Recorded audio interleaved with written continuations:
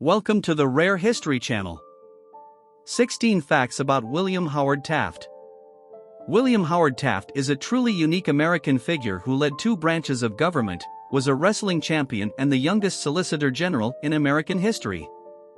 Born on September 15, 1857, in Cincinnati, Ohio, Taft seemed headed toward a distinguished legal career before his ambitions shifted to politics. Taft succeeded Theodore Roosevelt in 1909 as the 27th president, only to lose a bitter re-election bid in 1912. But 8 years later, Taft achieved his life's dream to become Chief Justice of the United States. Here are some interesting facts about one of the most interesting figures of the early 20th century. Fact number 1. He was the last president to rock facial hair while in office. Between the Lincoln and Taft administrations, all but two commanders-in-chief boasted some sort of face fuzz. But since our 27th president left the White House in 1913, clean-shaven candidates have monopolized the job. Number 2. Taft's family maintained a long-standing political dynasty. His son, Robert, also known as Mr. Republican, became one of the 20th century's most influential senators. His grandson, William Howard Taft IV, went on to tackle various executive duties for Ronald Reagan and George W. Bush. Number 3. A dairy expo once spent 2 days fretting over his missing milk cow. Pauline Wayne was quite the bovine beauty. A gift from Wisconsin Senator Isaac Stevenson, this purebred cow produced roughly 8 gallons of daily milk for the first family. Sensing a crowd pleaser, the 1911 International Dairymen's Exposition arranged to transport her all the way from D.C. to Milwaukee, but Pauline's train car wound up getting lost en route. After some frenzied telegraphing, the president's cow was discovered 2 days later in a Chicago stockyard, where she just barely avoided getting slaughtered. Number 4. Taft valued being on the Supreme Court over his presidency. Though he's best remembered for his one-term stint on Pennsylvania Avenue, Taft had been pining for the judicial branch since 1889. Upon becoming Chief Justice in 1921, he happily declared, "I don't remember that I was ever president." Number 5. He debuted the presidential first pitch. Hall of Famer Walter Johnson managed to snag a low-flying ball Taft gracelessly lobbed from the stands at the start of a 1910 Washington Senators game. 104 years later, this opening day tradition's still going strong. Number 6. Yale wrestling champ. Collar and elbow wrestler, Taft was a wrestling champ at Yale. He was known for throwing his opponents hard with the flying mare.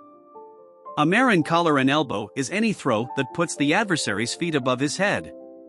As you can imagine, it's devastating. All you have to do is take a look at the size of Taft, and you can envision what his powerful wrestling capabilities were. Number 7. Taft's wife crashed the 1912 DNC to shield him from ridicule. It's hard to demean someone whose spouse is sitting right in front of you. After her husband won the Republican presidential nomination, First Lady Helen Herron Nellie Taft made a beeline for the Democratic National Convention in Baltimore. Grabbing a front-row seat, she stared down orator after orator, including the cantankerous William Jennings Bryan of Nebraska, who suddenly decided to soften his anti-Taft rhetoric. Number 8. His nicknames included Big Bill and Big Lube. For the record, Nellie called him Sleeping Beauty due to Taft's bad habit of dozing off at parties. More on that later. Number 9. Taft swore in 2 other presidents.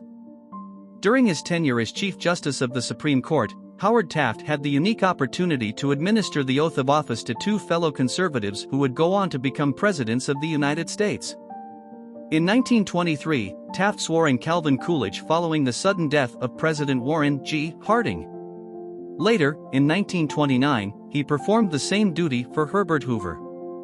These historic moments not only showcased Taft's judicial role but also highlighted his influence and involvement in the presidential transition process.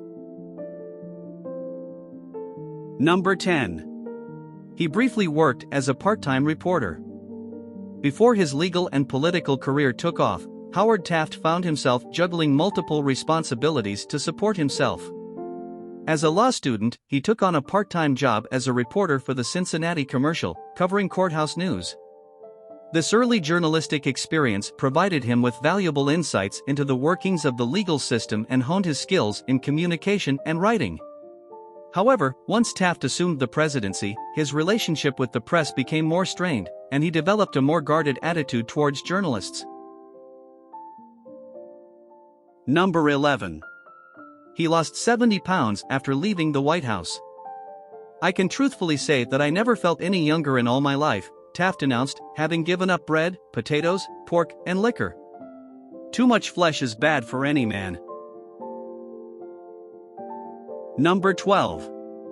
You know about teddy bears, but Billy possums?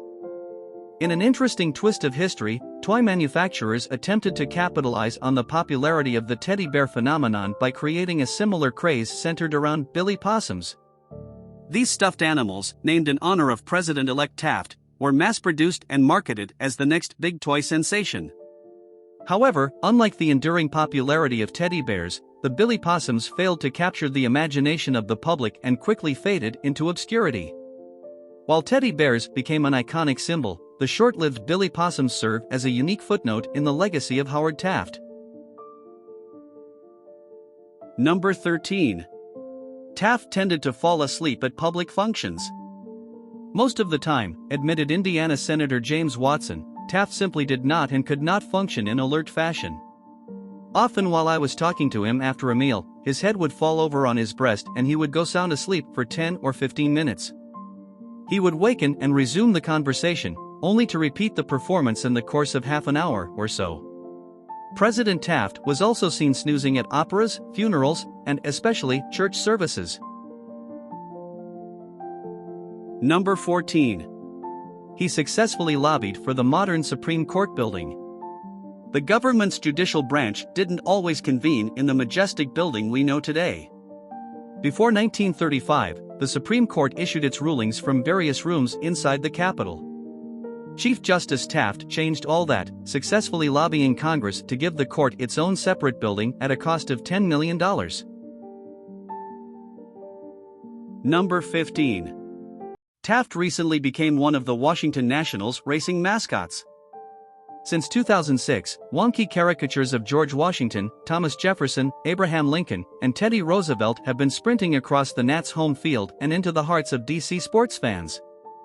These Rushmore racers were given some awfully big competition when Taft was added to their roster in 2013. "He might even give Teddy a run for his money," said Nationals CO Andy Pfeffer. Number 16. Taft once had an embarrassing bathtub incident. Today, most people remember Taft as the president who got stuck in a bathtub while in office. The actual evidence behind this particular washroom anecdote is rather murky, but at least one of Taft's bathing sessions ended in catastrophe. While entering a hotel tub in 1915, the ex-president apparently failed to take fluid displacement into account. A wave of Taft's dirty bathwater instantly poured out, seeped through the floor, and started dripping all over people's heads on the level beneath him.